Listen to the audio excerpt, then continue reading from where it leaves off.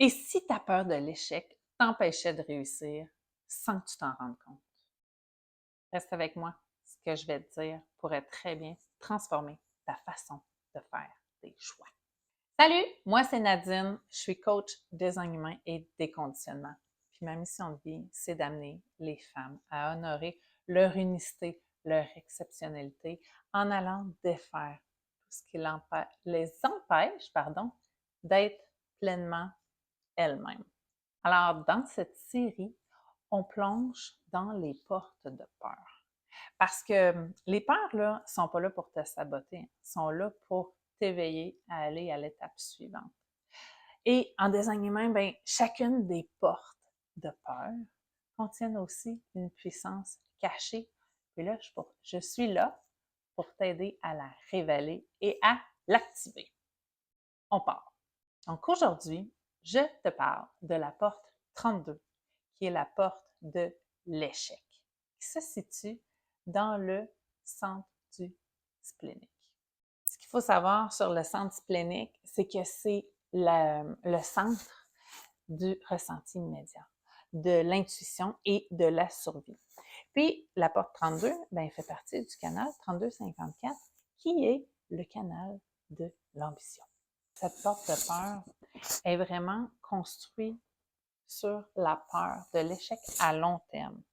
Pas de rater son coup, là, mais que tout ce que tu as construit au fil du temps s'écroule. Puis ça, ben, ça peut t'amener à te freiner dans tes décisions.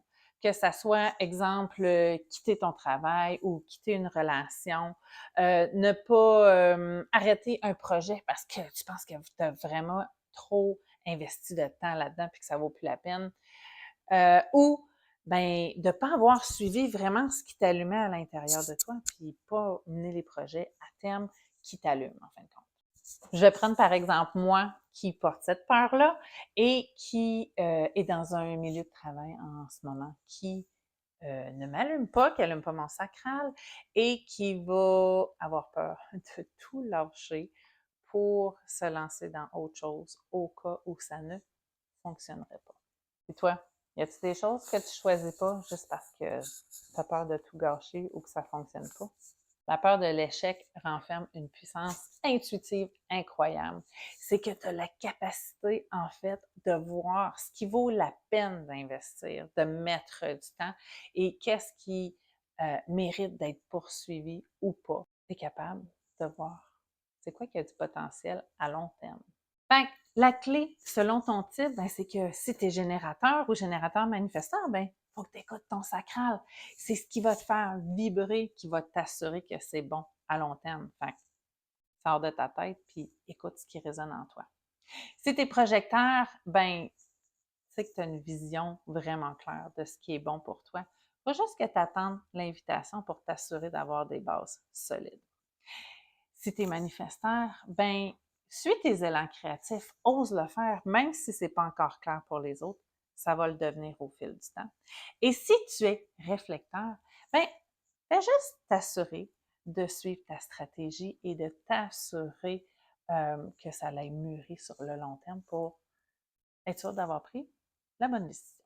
Puis au-delà de ton type, ben assure-toi d'écouter ton autorité aussi. C'est ça qui va t'aider à prendre tes décisions et à t'assurer que c'est les bons choix pour toi.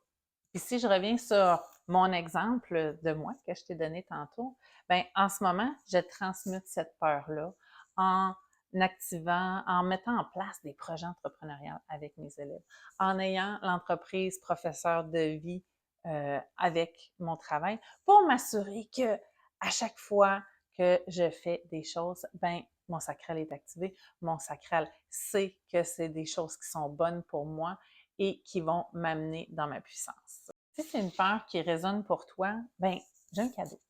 J'ai créé un outil gratuit, un PDF sur les 20 portes de peur et une méthode que j'utilise pour aller activer la puissance qui se cache derrière cette peur-là.